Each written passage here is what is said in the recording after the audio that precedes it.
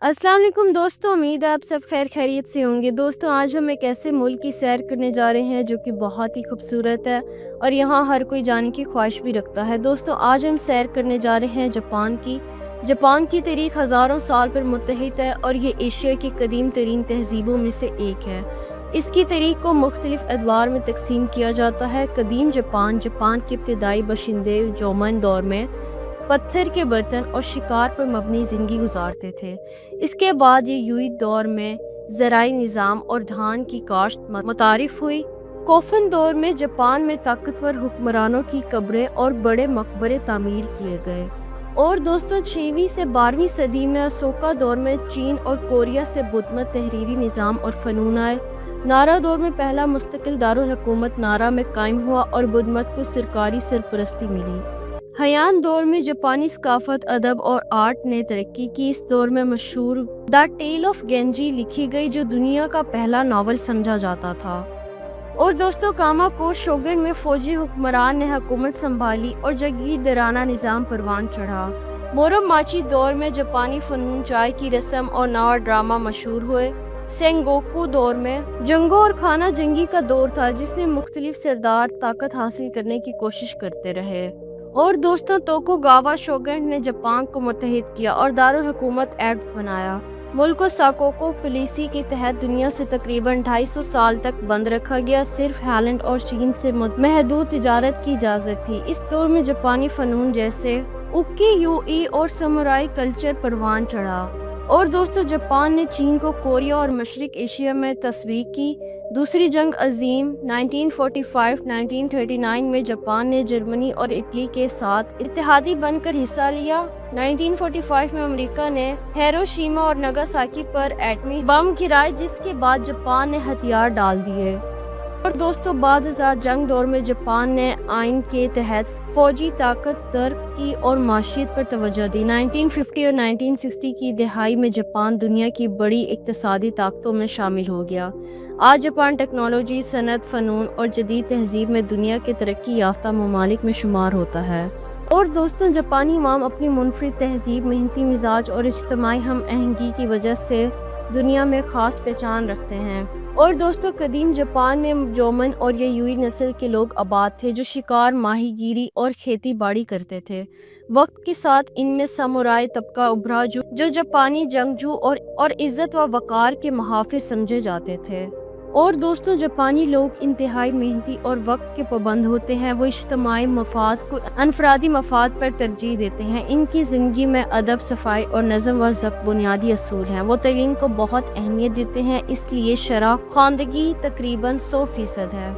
आज के जापानी जदीद टेक्नोलॉजी और साइंस में दुनिया के आगे हैं, लेकिन अपनी कदीम रिवायात और तहजीब को भी साथ लेकर चलते हैं। जापानी अवाम की औसत उम्र दुनिया में सबसे ज़्यादा है। इसकी वजह उनकी सेहतमंद खुराक, वर्जिश और तबी सहूलतें हैं। जापानी माशरा शाइस्तगी और एहतराम पर मबनी है, हत्ता कि आम गुफ्तगू में भी एहतराम के अल्फाज का इस्तेमाल करते हैं। और दोस्तों, ज़्यादातर जापानी लोग शंटो मत और बुद्ध मत के मानने वाले हैं, लेकिन वो मज़हब को ज़्यादा सख्ती से नहीं अपनाते बल्कि इसे सकाफत और रिवायात का हिस्सा समझते हैं। और दोस्तों, जापानी अवाम का तर्ज़ ज़िंदगी नहायत मुनफरिद, मतवाज़न और सकाफती कदरों से जुड़ा हुआ है। इनके रोज़मर्रा मामलात, खुराक, रिहाइश, तलीम और माशरती रवैये सब में एक ख़ास हम आहंगी और नज़म व ज़ब्त पाया जाता है।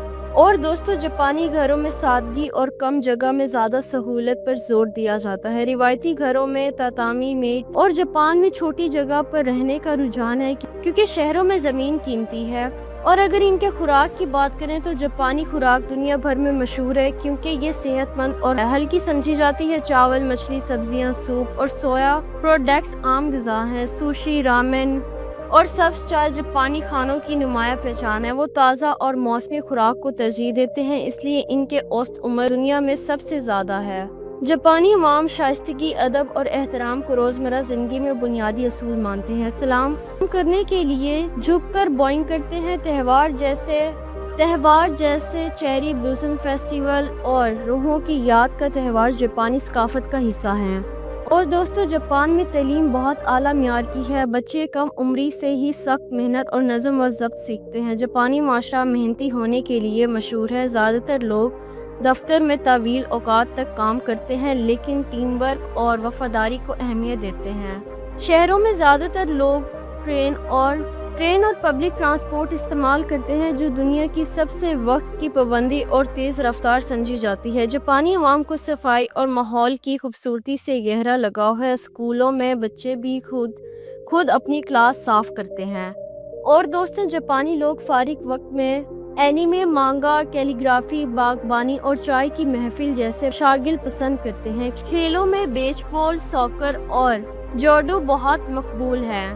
اور دوستوں، پارکوں اور باغات میں وقت گزارنا بھی ان کے معمولات کا حصہ ہے۔ جاپانی طرز زندگی ایک ایسا امتزاج ہے جس میں قدیم روایت اور جدید ٹیکنالوجی دونوں ساتھ ساتھ چلتے ہیں۔ ایک طرف وہ جدید شہروں میں رہتے ہیں، روبوٹ اور جدید ترین ٹیکنالوجی استعمال کرتے ہیں، اور دوسری طرف وہ بھی اپنی صدیوں پرانی روایات، تہواروں اور ادب کو سنبھالے ہوئے ہیں۔ اور دوستوں، جاپان میں کام کا تصور دنیا بھر میں اپنی سخت محنت، نظم و ضبط اور ٹیم ورک کے باعث مشہور ہے۔ جاپانی لوگ اپنے کام کو صرف روزگار نہیں بلکہ ایک ذمہ داری اور فرض سمجھتے ہیں۔ دوستوں، جاپان کے قدیم دور میں لوگ زیادہ تر زرعی کام، چاول کی کھیتی، ماہی گیری کرتے ہیں۔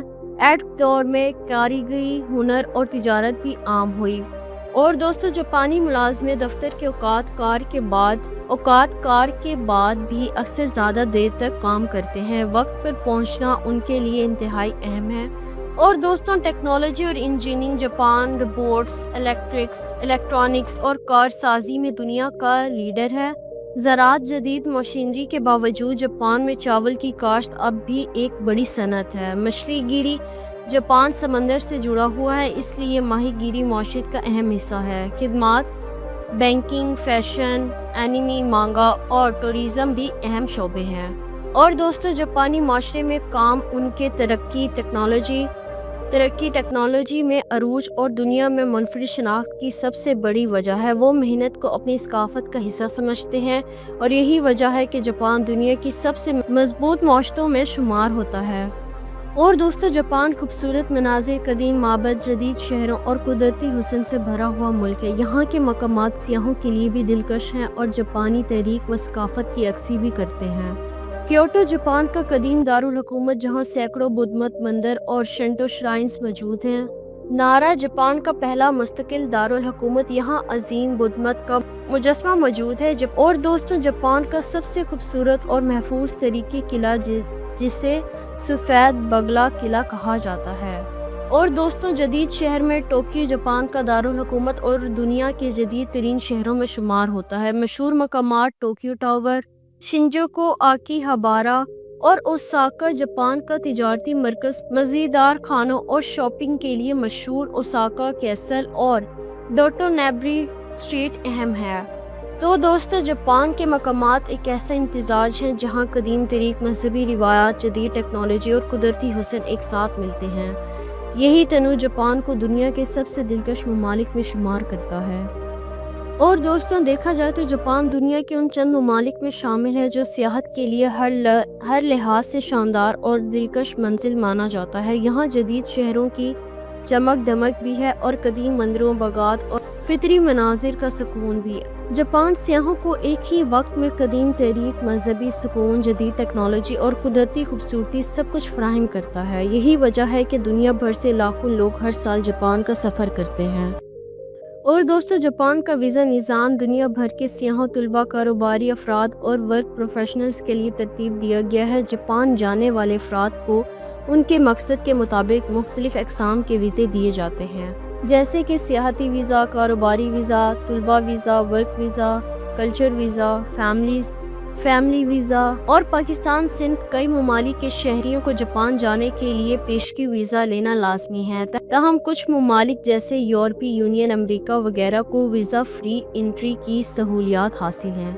تو امید ہے کہ میری آج کی ویڈیو آپ کو اچھی لگی ہوگی۔ نیکسٹ ویڈیو کے لیے اجازت دیں، تب تک کے لیے اللہ حافظ۔